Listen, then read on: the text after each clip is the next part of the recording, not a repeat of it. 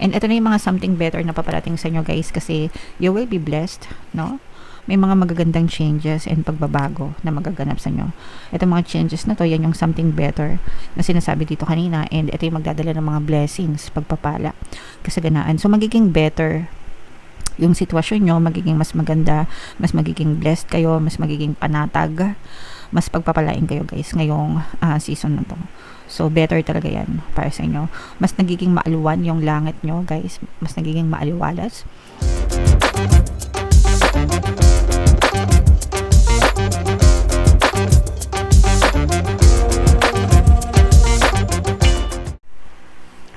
Hello guys, hello Taurus, welcome back to Pinoy Pixie Tarot. Ang pamagat ng episode natin for tonight is monthly horoscope para ngayong February para sa Taurus, Sun, Moon, Rising Sign, and Venus.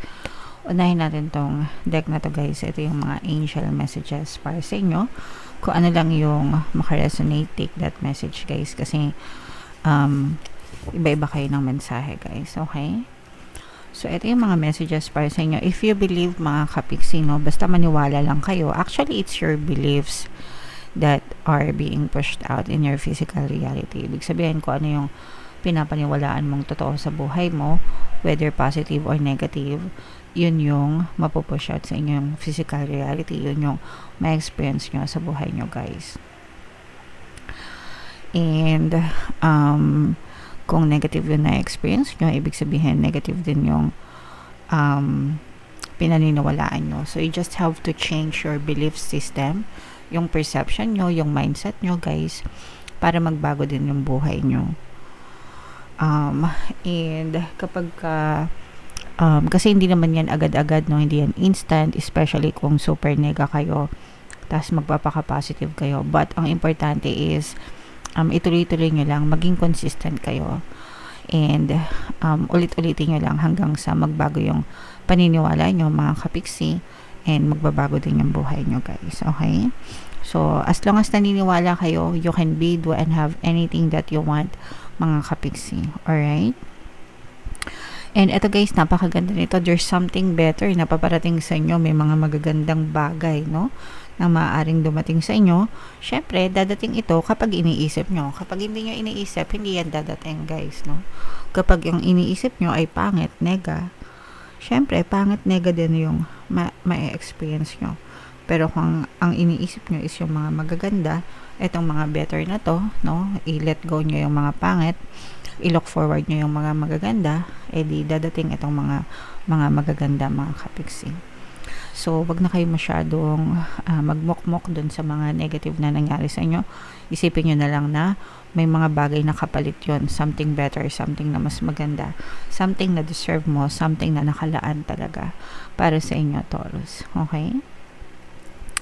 And kung kailangan nyo magdesisyon guys, huwag kayong magpadalos-dalos, get more information muna, pag-aralan mo ng mabuti, timbangin muna yung mga sitwasyon guys bago kayo magdesisyon para hindi kayo mapahamak at hindi kayo ma-scam din, Taurus, okay? So yan yung mga messages for you guys. Shuffle natin to. Ito naman guys, comment down below pala if naka-resonate. Ito guys, email mo yun na itong mga something better na to sa comment section. Ito naman sa love guys, no, tingnan naman natin yung mga mensahe sa inyo ng inyong person. This is more on the dark side, dark confessions nila. Mga kapiksi, sometimes tinatago-tago nila sa kaibuturan ng kanilang isipan, no? So, yung first message guys, I feel abandoned by you and it is triggering my childhood traumas. So, for some of you guys, parang nararamdaman niya na ina-abandon mo siya, hindi mo siya pinapansin, iniiwan mo siya, iniiwasan mo siya. And, pwedeng nagtitrigger yun ng mga childhood traumas niya, especially kung may mga ganun siyang negative experience. Pangalawa, kung inunahan ka niya, no? Kumbaga parang, pag ganun ka na, pero inunahan ka niya. So, ayaw magpatalo nitong person mo.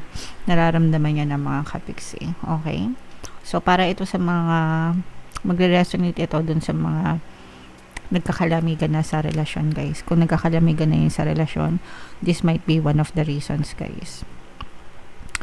Ayan, I pushed you away because I do not want the responsibility. So, kung meron siya mga obligasyon sa'yo, hindi niya kaya ikaw suportahan, mga kapiksino, kaya pinagtulakan ka niya. Kumbaga, parang nire-reject ka niya, hindi ka niya wini-welcome sa buhay niya, especially kung mga nabuntis, ganyan, na hindi sinasadya. May mga ganun, guys, no?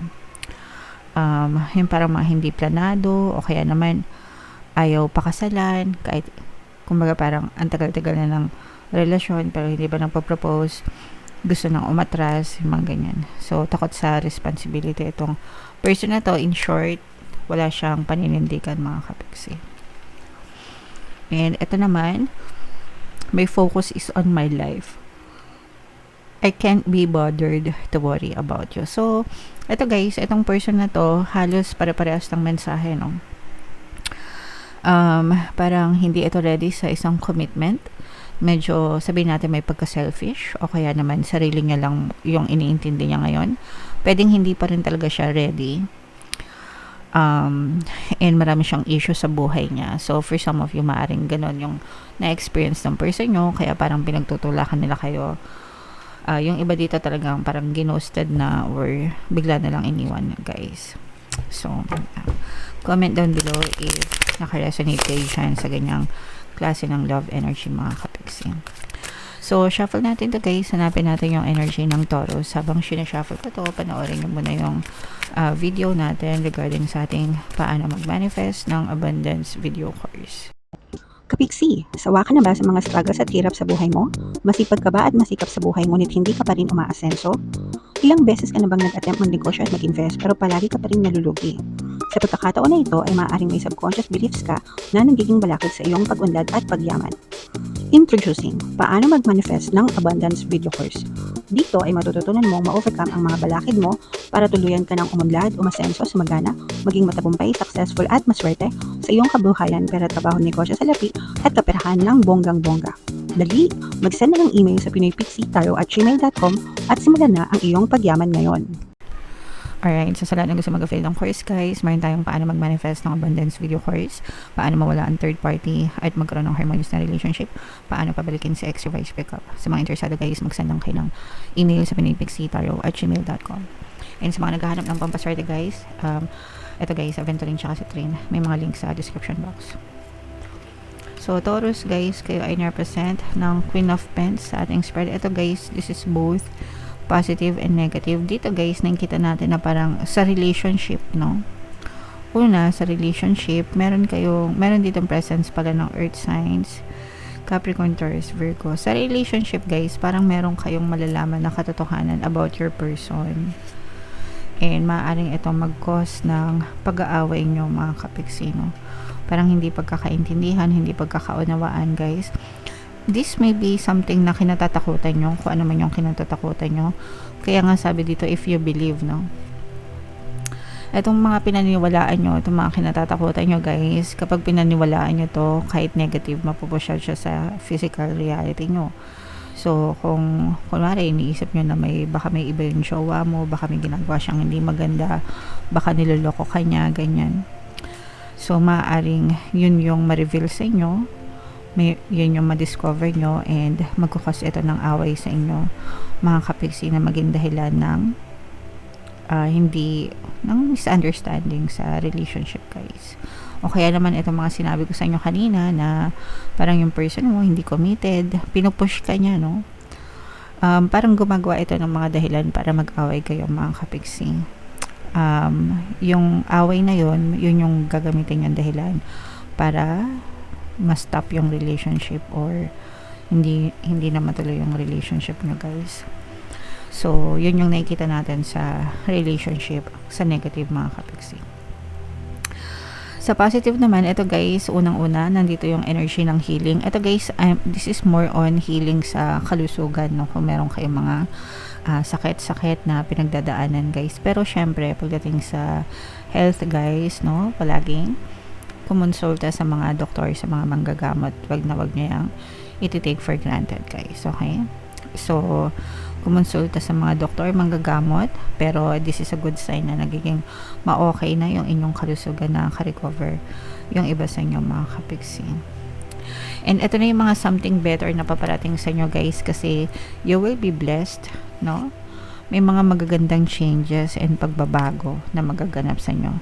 Ito mga changes na to, yan yung something better na sinasabi dito kanina, and ito yung magdadala ng mga blessings, pagpapala, kasaganaan. So magiging better yung sitwasyon nyo, magiging mas maganda, mas magiging blessed kayo, mas magiging panatag, mas pagpapalain kayo guys ngayong season na to. So better talaga yan para sa inyo. Mas nagiging maalwan yung langit nyo guys, mas nagiging maaliwalas. So pwedeng nawawala yung mga problema nyo mga kapiksi. Okay? So i-mind nyo na tong mga something better na to, positive changes, itong mga blessings, pagpapala, kasaganaan, no? I-mind nyo na yan guys sa comment section mga kapiksi. For some of you guys, malayo pa yung mararating nyo, especially in terms of business, sa mga nagnenegosyo, mga kapiksi. Sa mga nagnenegosyo guys, para makakabingwit kayo ng mga malalaking kontrata, malalaking sales, malalaking kliyente. Yung iba sa inyo, you might be having like big clients or big projects din kung kayo ay may mga project-based mga kapiksi. And magiging dahilan ito para makapag-establish ka ng mas matibay na pundasyon sa brand mo or sa pangalan mo, no? And eto guys, ang nakikita natin dito is malinaw yung isip nyo. You have clarity of the mind. Ibig sabihin, alam nyo yung gagawin nyo. Malinaw yung isip nyo, may plano kayo. And sa pag-push nyo ng mga plano nyo mga kapiksi, doon nyo mararating yung malayo, no?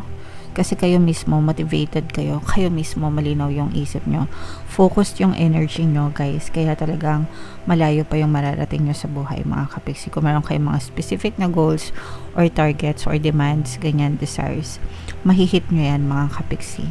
Kasi parang magiging fearless kayo ngayon eh. Parang hindi kayo masyadong natatakot. Take lang kayo ng risks. Kasi alam nyo kung ano yung magiging rewards nun para sa inyo, Taurus, okay? So, napakaganda, napaka-positibo, especially in terms of blessings, no? Kasi talagang super i-bless kayo, Taurus, ngayong season na to. So, lahat ng mga magaganda dyan, guys, i-mind nyo na sa comment section and comment down below if naka-resonate kayo, Taurus. Okay?